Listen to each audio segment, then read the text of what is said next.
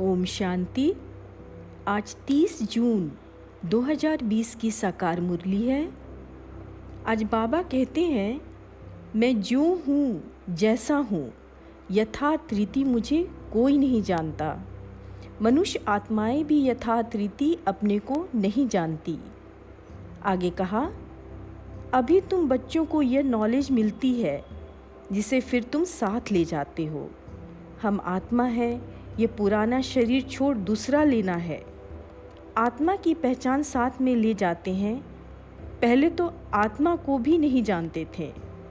हम कब से पाठ बजा रहे हैं यह भी नहीं मालूम था। अभी तक भी कई ऐसे हैं जो अपने को पूरा पहचानते नहीं हैं।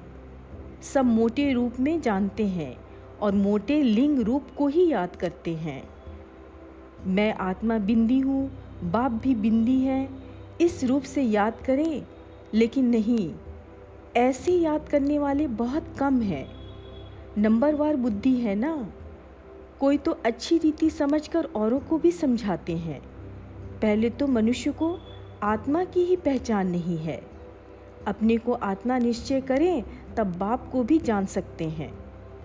आत्मा को ही नहीं पहचानते हैं, इसलिए बाप को भी पूरा जान नहीं सकते। मूल बात है, चलते फिरते जितना हो सके बाप की याद में रहना है।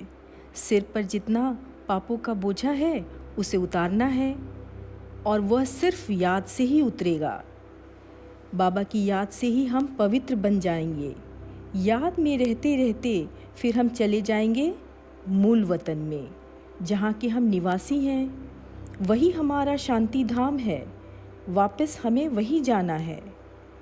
यह अंतिम जन्म पवित्र बनने से हम पवित्र दुनिया के मालिक बन जाएंगे। तो क्यों ना हम पवित्र बने। सबसे ऊंच ते ऊंच पूज्य एक ही है। हमें अभी पूज्य बाप मिले हैं जो आप समान बना रहे हैं। अभी हम पूज्य देवता बन रहे हैं। आज सार में बाबा ने कहा, मीठे बच्चे, तुम अभी पुजारी से पूज्य बन रहे हो। पूज्य बाप आए हैं तुम्हें आप समान पूज्य बनाने। आज का प्रश्न है, तुम बच्चों के अंदर कौन सा दृढ़ विश्वास है। बाबा ने उत्तर दिया, तुम्हें दृढ़ विश्वास है कि हम जीते जी बाप से पूरा वर्षा लेकर ही छोड़ेंगे। बाबा की याद में ये पुराना शरीर छोड़ बाप के साथ जाएंगे। बाबा हमें घर का सहज रास्ता बता रहे हैं। धारणा के लिए मुख्य सार। पहला, साक्षी हो अपने को देखना है कि हम कहाँ तक पुरुषार्थ करते हैं। चलते फिरते कर्म करते कितना समय बाप की याद में रहते हैं। दूसरा, इस शरीर से कभी भी तंग नहीं होना है। इस शरीर में ही रहकर हमें बाप से वर्षा पाना है। स्वर्गवासी बनने के लिए इस लाइफ में रहकर ही पूरी पढ़ाई करनी है।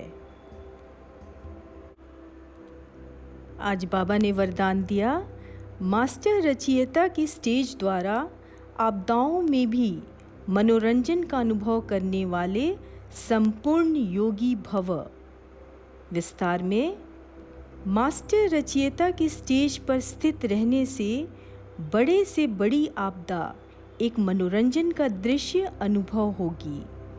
जैसे महाविनाश की आपदा को भी स्वर्ग के गेट खुलने का साधन बताते हो, ऐसे किसी भी प्रकार की छोटी बड़ी समस्या वो आपदा मनोरंजन का रूप दिखाई दे तो हाय हाय के बजाय ओह हो शब्द निकले।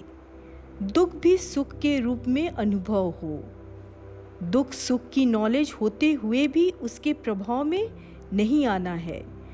दुख को भी बलिहारी सुख के दिन आने की समझें, तब कहेंगे संपूर्ण योगी।